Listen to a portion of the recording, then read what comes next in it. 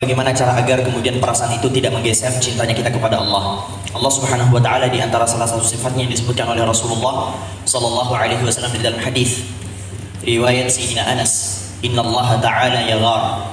Sesungguhnya Allah Subhanahu wa taala itu Maha Pencemburu. Perihal mengenai cemburunya Allah dan sebagainya, di dalam Al-Quran Allah Subhanahu wa taala juga menyebutkan, "Wa minan nasi man yattakhiduna min dunillahi andada yuhibbunahum ka hubbillah." Ada sebagian orang-orang yang menjadikan kepada Allah tandingan-tandingan. Apa wujud tandingan-tandingannya? Yuhibbunahum ka hubbillah. Mereka mencintai orang-orang itu sebagaimana mereka mencintai Allah. Lalu bagaimana cara menyikapi itu semua agar jangan sampai cinta kita itu menggeser cinta kita yang paling utama kepada Allah Subhanahu wa taala? Cinta itu ada dua. Yang pertama ada cinta am, yang kedua ada cinta khas. Al-hubbul am, cinta yang sifatnya general, itu meliputi semua makhluk yang ada di muka bumi ini.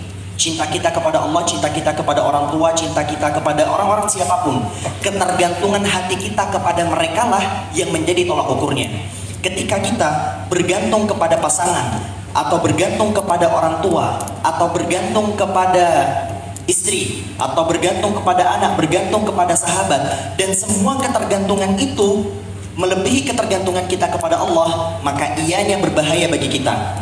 Makanya disebutkan oleh para ulama, orang yang menggantungkan harapannya kepada manusia melebihi ketergantungannya kepada Allah, maka Allah uji dia dengan orang yang dia gantungkan harapannya padanya. Serem banget. Jadi anggap aja saya menggantungkan hidup saya sama Ustadz Hanan, jangan deh, sama Ustadz Hingin,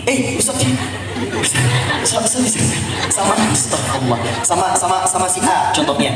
Saya menggantungkan harapan saya sama si A.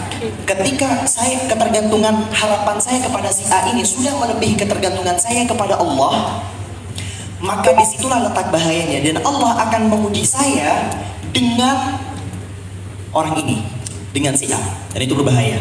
Yang kedua ada al-hub, cinta yang sifatnya khas. Nah, cinta yang sifatnya khas ini beda-beda setiap orang. Cinta saya kepada Allah yang sifatnya khas tentu saja berbeda dengan cinta saya kepada istri saya kelak. Cinta saya kepada istri saya berbeda dengan cinta saya kepada orang tua saya. Cinta saya kepada orang tua saya berbeda dengan cinta saya kepada anak saya, berbeda dengan teman saya. Perlakuan cinta yang berbeda-beda tadi itu masuk ke dalam ranah cinta yang sifatnya khas. Jadi ada cinta umum sifatnya general, dan ada cinta yang sifatnya khas. Cinta yang sifatnya general ini yang jangan sampai kita menggeser tahtanya Allah Azza wa Jalla, yang itu bahasan paling tingginya adalah terikat dengan ketergantungan kita, menggantungkan harapan kita. Jadi usahakan bagaimana caranya agar kita mencintai seseorang karena Allah. Enak kan? Kalau kita mencintai seseorang karena Allah, itu mantap banget.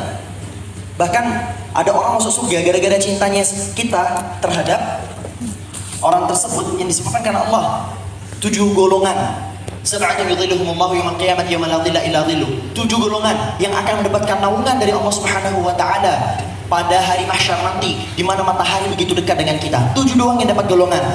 Salah satu di antara golongannya adalah 2 orang yang saling mencintai karena Allah. Dan cinta ini adalah salah satu syarat seseorang dimasukkan ke dalam surga. Orang itu gak bisa masuk surga kecuali ada cinta. Gak bisa orang masuk surga kecuali ada cinta. La tadkhulunal jannata hatta tu'minu, itu kata Rasulullah. Kalian tidak akan pernah bisa masuk surga sampai kalian beriman.